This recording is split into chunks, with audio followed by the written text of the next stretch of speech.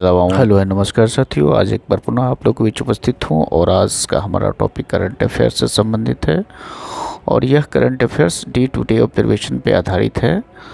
तो आने वाली जो परीक्षाएं हैं जैसे कि बिहार टीचर एग्जामिनेशन जो कि अगस्त में प्रस्तावित है, 19-20 तथा 26-27 अगस्त को प्रस्तावित है। इसी तरह फिर सितंबर में बीपीएससी 69 एग्ज़ाम प्रस्तावित है पीटी का। आने वाले समय में बिहार दरोगा का भी एग्ज़ाम होने वाला है। तो सारी परीक्षाओं के लिए काफ़ी उपयोगी साबित होने वाला है। इस वीडियो में आपको 50 करंट अफेयर्स के टॉपिक मिलेंगे जो कि काफ़ी महत्वपूर्ण टॉपिक है। ये परीक्षाओं में पूछे जाने वाला है और डे टू डे ऑब्जर्वेशन पे आधारित है। तो आगे बढ़ते हैं और देखते हैं। आगे बढ़ने से पहले आप सभी मित्रों से अनुरोध करूंगा कि जो भी मित्र चैनल पर नए हैं कृपया करके चैनल को सब्सक्राइब कर लें, लाइक करें, शेयर करें तथा अपना कमेंट्स करना ना भूलें। तो देखिए, पहला जो प्रश्न है वो आईपीएल से संबंधित दिया हुआ है। आईपीएल फाइनल जो कि आज होने वाला है, आज 28 मई है और 28 मई को और सीएसके और जीटी के बीच होने वाला है। तो आज का परिणाम क्या होगा, लेकिन यह प्रश्न पूछा जाता है कि आईपीएल फाइनल में 10वीं बार पहुंचने वाली पहली टीम कौन सी है। तो चेन्नई सुपर किंग अर्थात सीएसके है। किसे हाल ही में ताइक्वांडो इंडिया के अध्यक्ष के रूप में चुना गया है, ये पूछा जा सकता है प्रश्न। तो नामदेव सिरगांवकर, इसको याद रखेंगे। खेलो इंडिया गेम्स के तीसरे संस्करण का आयोजन किस राज्य में किया जा रहा है। तो इसका सही उत्तर उत्तर प्रदेश होगा। त्रिपुरा पर्यटन विभाग द्वारा किसे अपने ब्रांड एम्बेसडर के रूप में चुना है। तो ब्रांड एम्बेसडर के रूप में सौरभ गांगुली को चुना गया है। हाल ही में ताइक्वांडो इंडिया के महासचिव के रूप में चुना गया है किसे, अमित धमाल को याद रखेंगे। आईपीएल की एक सीजन में 700 रन बनाने वाले सबसे युवा क्रिकेटर कौन है, शुभमन गिल हैं, जीटी के लिए खेलते हैं। हाल ही में ताइक्वांडो इंडिया के वरिष्ठ उपाध्यक्ष के रूप में चुना गया है वीना अरोड़ा को, तो याद रखेंगे। आगे बढ़ते हैं। 8वां है, पीएम मोदी, प्रधानमंत्री मोदी ने किस शहर को में राष्ट्रपिता महात्मा गांधी की प्रतिमा का अनावरण किया। हिरोशिमा जापान में है। किसे भारतीय सेना के नए मास्टर जनरल असिस्टेंट्स के रूप में चुना गया है, नियुक्त किया गया है। तो अमरदीप सिंह औजौला को चुना गया है, एमजीएस। भारत की अध्यक्षता के तहत G20 टूरिज्म वर्किंग ग्रुप की बैठक अभी कहाँ की गई है, श्रीनगर में की गई है। काफ़ी इम्पोर्टेंट इवेंट के रूप में इसे याद रखा जाएगा और ये पूछा जाएगा आपको कई परीक्षाओं में। और ये भी पूछा जा सकता है कि इस मीटिंग में चाइना और तुर्की दो ऐसे देश हैं जिन्होंने इसका बहिष्कार किया था इस श्रीनगर में जो होने वाली बैठक का। तो इसे याद रखेंगे हम लोग कि चाइना और तुर्की के द्वारा, या ऐसे भी पूछा जा सकता है कि किस दो देशों के द्वारा इस G20 टूरिज्म वर्किंग ग्रुप की बैठक को जो कि श्रीनगर में हुआ उसे बहिष्कार किया था। तो उसका उत्तर हो जाएगा चाइना और तुर्की। आगे बढ़ते हैं 11वें प्रश्न की तरफ। इंडिया पोस्ट ने लॉजिस्टिक सर्विस के लिए किसके साथ समझौता ज्ञापन पर हस्ताक्षर किया है। तो इसका सही उत्तर हो जाएगा confederation of all India traders and Tripta technologies. तो इसे याद रखेंगे हम लोग।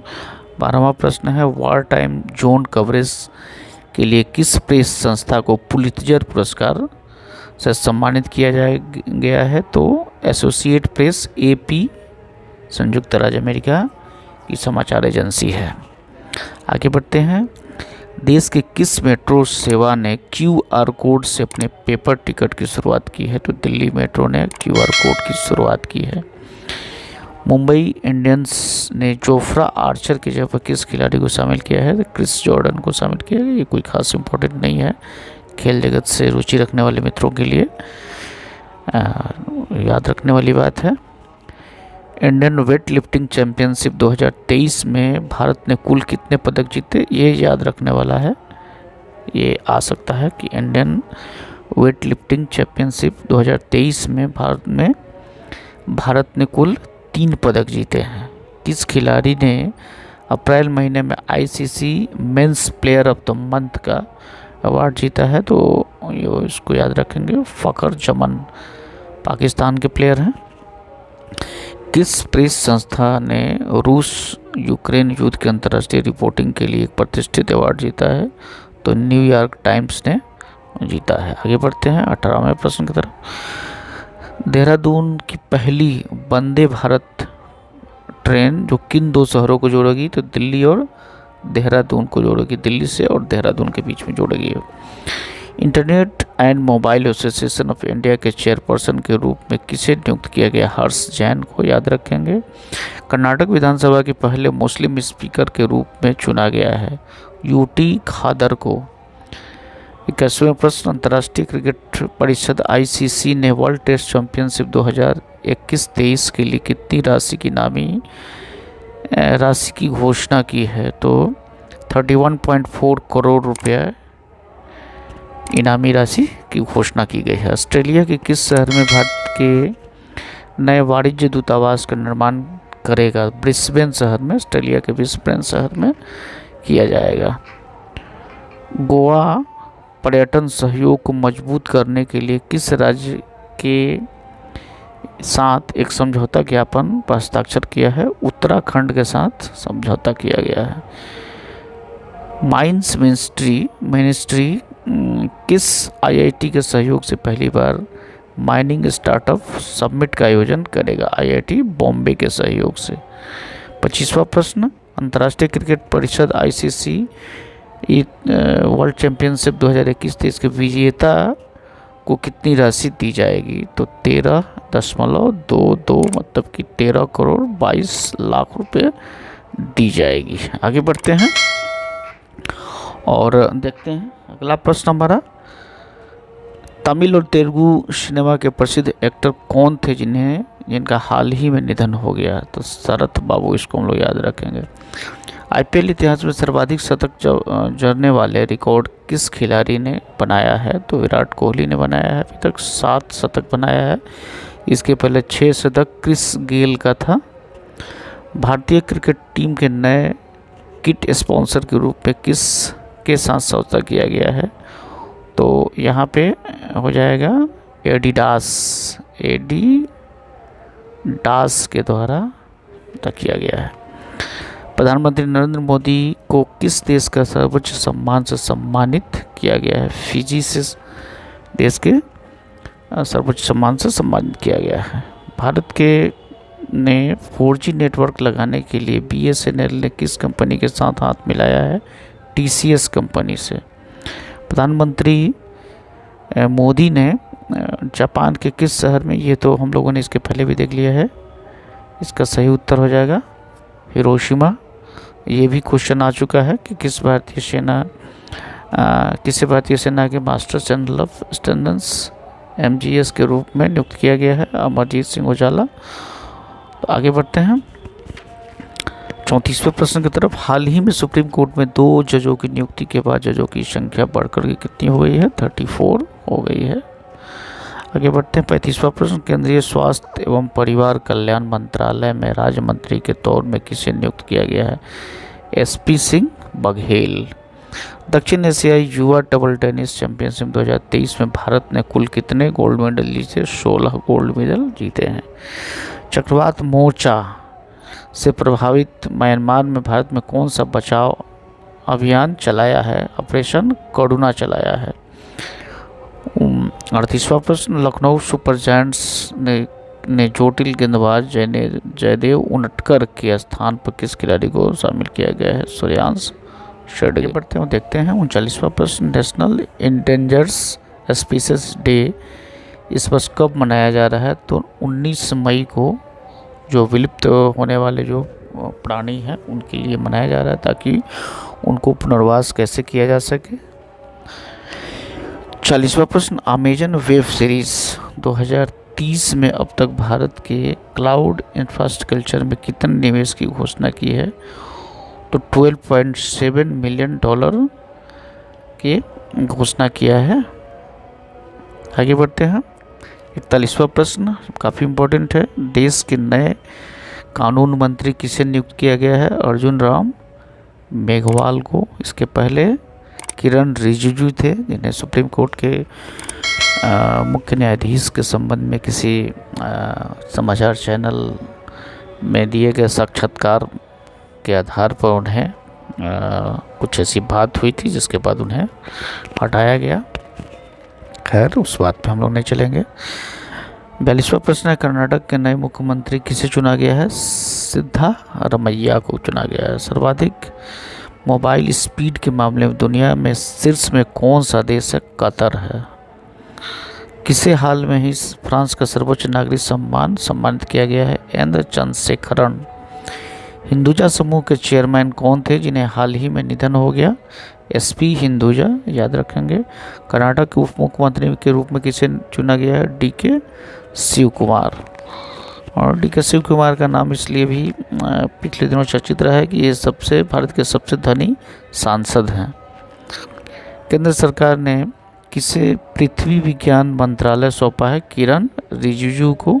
किरण रिजिजू इसके पहले कानून मंत्री थे।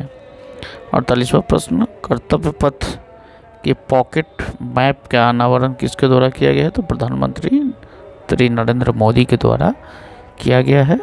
आज 28 मई को प्रधानमंत्री के द्वारा नए संसद भवन, जो कि सेंट्रल विस्टा का एक भाग है, उसका उद्घाटन किया है। इन जो नए संसद भवन में ये अपने में कई सारी खूबियों के लिए हुए हैं और ये जो नया भवन होगा ये 65,000 वर्ग किलोमीटर में फैला है। बिल्डिंग का जो स्ट्रक्चर है वो सेंट्रल विस्टा प्रोजेक्ट के तहत नई संसद भवन का निर्माण किया गया है, जो कि त्रिकोणीय संरचना है। इसमें लोकसभा, राज्यसभा, सेंट्रल लाउंज, संवैधानिक अधिकारियों के कार्यालय बनाया गया है। और जिसकी दूसरी विशेषता है सेंट्रल लाउंज जो है। सेंट्रल लाउंज एक ऐसी जगह है जहाँ पे सांसद बैठकर बातचीत कर सकते हैं, किसी अपना विचार आदान प्रदान कर सकते हैं। और यह लाउंज जो है राष्ट्रीय वृक्ष पीपल को लगाया गया है, जो कि इस संसद भवन की और विशेष बनाता है। लोकसभा चैम्बर तीसरा, इस भवन में लोकसभा चैम्बर का निर्माण किया है, जो कि अत्याधुनिक सुविधाओं से लैस है। और लोकसभा चैम्बर्स एक साथ 888 सांसद बैठ सकते हैं। और लोकसभा चैम्बर्स को राष्ट्रीय पक्षी मोर के थीम पे आधारित है। यहाँ याद रखेंगे सेंट्रल लाउंज जो है वो राष्ट्रीय वृक्ष के थीम पर आधारित है और लोकसभा का जो है वो राष्ट्रीय पक्षी मोर के थीम पर आधारित है। और संयुक्त सत्र के दौरान लोकसभा हॉल में 1282 लोग बैठ सकते हैं। इसी तरह जो राज्यसभा चैम्बर है वो राष्ट्रीय फूल कमल के थीम पर आधारित किया गया है। और इसमें कुल 382 सांसदों की बैठने की व्यवस्था की गई है। इसके अतिरिक्त जो महत्वपूर्ण विरासत भवन है, जैसे कि राष्ट्रपति भवन सहित अन्य भवनों में वास्तुशिल्प का प्रभाव इसमें भी दिखता है। सबसे महत्वपूर्ण है सुरक्षा मापदंड।